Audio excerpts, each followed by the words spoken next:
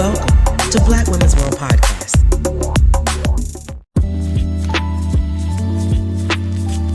It is Sister Nista time.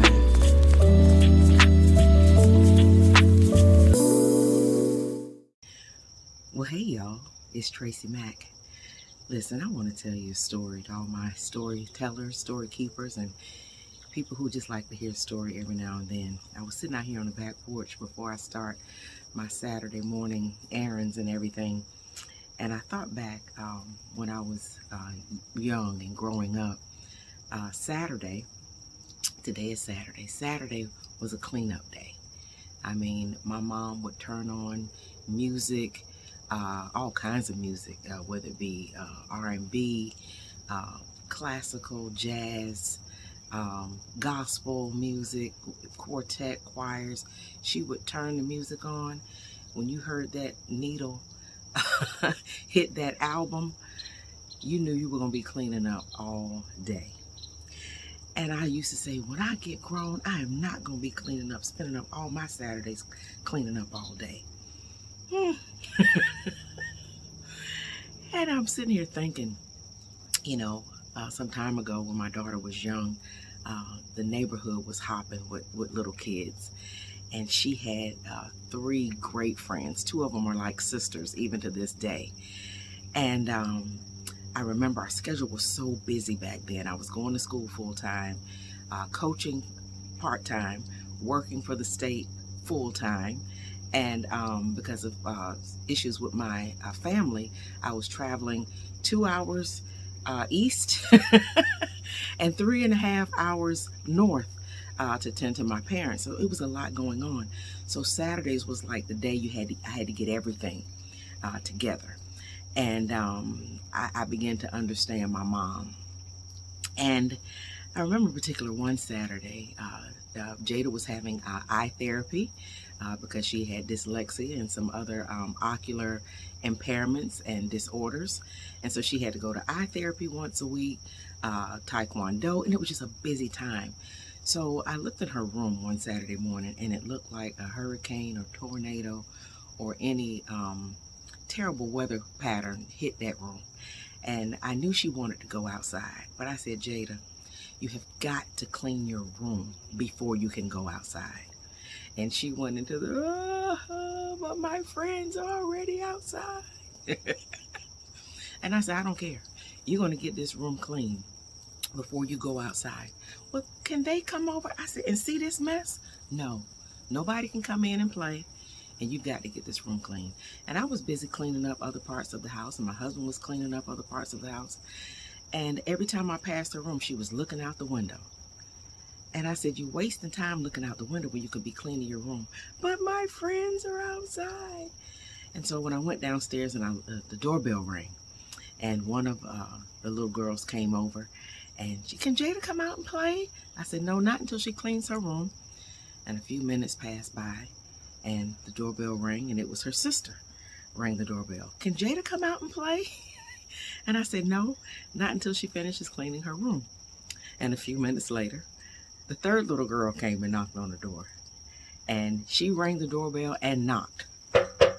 Like she was trying to be the popo, And she knocked on her door. Miss McNeil, can Jada please come out and play? And I said, she can't come out and play until she cleans her room. And so I was like, Lord, they keep coming up with better ways to ask, And so I looked out the window a few minutes later, and they were all sitting curbside. I mean, they were slumped. Because even then, everybody got along. They played well together. We used to buy toys for the cul-de-sac, bubbles and chalk and bikes and skateboards. We would collectively, my neighbor across the street, we were like family. So we would go in and buy things for the girls. And I saw them over there collaborating, and I said, uh-oh. And they all came back across the street together. And I could hear Jada crying upstairs, just, bewildered. And they all showed up together. And they knocked on the door and rang the doorbell. Miss McNeil, can Jada come out and play? And I said, not until her room is clean. Well, we want to help her clean her room. And I thought about it. Oh, what it would be like if we all had friends like Ashley, Amber, and Sarah, that when you can't do something, they say, can we come help you do it? And don't you know, I let them in. That room got cleaned in 15 minutes and they all went out and played. I'm grateful and I love y'all for real. Peace. An Amazon best-selling author with an Art Book Club Incorporated 5-star rating and your self-discovery companion, Tracy Mack is setting positive change ablaze with her 3 incredible books. Do you lead? What if there was a resource specifically designed to sharpen thought systems and optimize wisdom for the keen mind of our C-suite professionals, progressive leaders, and social change agents? Well, there is. Thought Systems, How Progressive Professionals Nurture Their Wisdom. Tracy Mack has brilliantly created a comprehensive collection of wisdom principles for those who lead, ultimately benefiting those who choose to follow. Your solution has arrived. If you are ready to live an amazing life of change with sustainable results and measurable success, get your copy of 1 or all 3 of these awesome books where fine books are sold today to start your journey. You've been listening to Black Women's World Podcast, the BWWP, brought to you in part by Tracy Mack Solutions for Life Institute Coaching and Training Services. No doubt you have enjoyed being in our world, and it doesn't have to stop here. Head on over to blackwomensworld.com. This is my personal invitation to you to stay connected with me on social media and more. I'd love to see you there, and I'm so grateful you came to be with me here. Invite someone else to join you in our queendom next time so they can feel the vibe of our tribe of Sisternistas and Sisternista lovers too.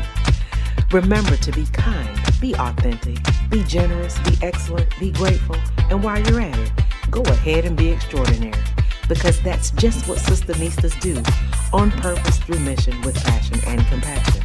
It's a Black woman's world, baby, and you, my Sisternista, are proof.